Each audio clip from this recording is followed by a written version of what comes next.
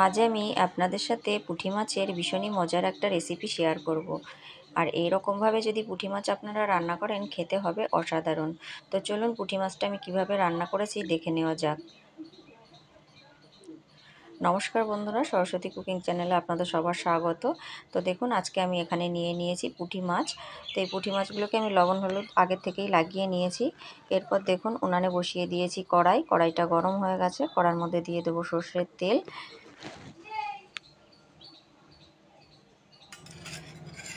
তো তেলটা দিয়ে এবার তেলটা গরম হয়ে গেছে, আমি মাছগুলোকে একে একে তেলের ভিতর দিয়ে দেবো। তো এরকমভাবে সমস্ত মাছগুলো তেলের ভিতর আমি দিয়ে দেব। তো মাছগুলো যতক্ষণ ভাজা হচ্ছে ততক্ষণ আমি এখানে কেটে নেব কয়েকটা টমেটো।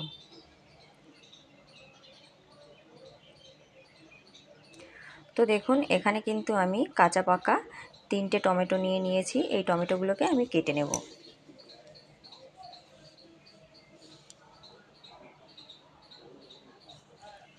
তো দেখুন ঠিক এরকমভাবে আমি লম্বা লম্বা করে টমেটোগুলোকে একটু কেটে নেব।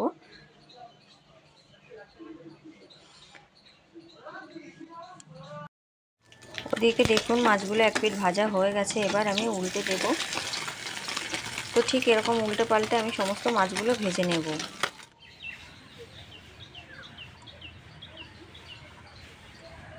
তো দেখুন মাছগুলো ভাজা হয়ে গেছে, এবার আমি উঠিয়ে নেব।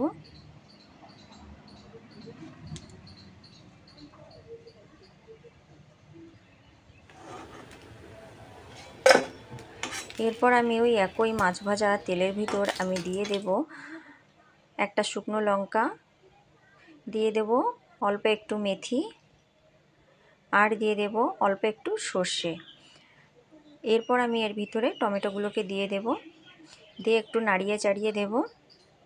তো বন্ধুরা আজকে আমি তৈরি করছি পুঁটি মাছের টক। তো এখানে চাইলে আপনারা কিন্তু আম কিংবা তেঁতুল দিয়েও করতে পারেন। তো আমার কাছে টমেটো ছিল দেখে আমি টমেটো দিয়েই করছি। তো এটা দেশি টমেটো, এই টমেটো দিয়ে করলে কিন্তু একটু টকটকও হবে আর খেতেও ভালো লাগবে। তো দেখুন আমি লবণ হলুদটা দিয়ে টমেটোটাকে একটু নেড়ে চেড়ে দেবো। আর বন্ধুরা আমি ফোড়নে দিয়েছি সর্ষে আর মেথি। তো আপনারা চাইলে যে কোনো একটা দিতে পারেন, মেথিও দিতে পারেন, সর্ষেও দিতে পারেন। তো আমি টমেটোগুলোর ভিতরে দিয়ে দিয়েছি জল, আর জলটা ফুটে গেছে, মানে ঝোলটা ফুটে গেছে। আমি দিয়ে দিয়েছি মাছগুলো আর দিয়ে দিলাম 3টে চেরা কাঁচা লঙ্কা। তো বন্ধুরা কাঁচা লঙ্কাটা দেওয়ার জন্য কিন্তু সুন্দর একটা ফ্লেভার আসবে আর খেতে কিন্তু ভীষণই ভালো লাগবে। তো এটা কিন্তু হয়ে গেছে, দেখুন আমি নামিয়ে নিয়েছি। আমি কিন্তু একটু ঝোল ঝোল রেখেছি, আপনারা চাইলে কিন্তু এখানে ঝোলটাও কমিয়ে রাখতে পারেন। তো এরকমভাবে পুঁটি মাছের টক করলে কিন্তু অসাধারণ হয়। অবশ্যই বাড়িতে একবার তৈরি করবেন। আর রেসিপি যদি ভালো লাগে লাইক কমেন্ট শেয়ার করবেন, আর প্লিজ চ্যানেলটিকে সাবস্ক্রাইব করে আমার পাশে থাকবেন। ভালো থাকবেন, সুস্থ থাকবেন।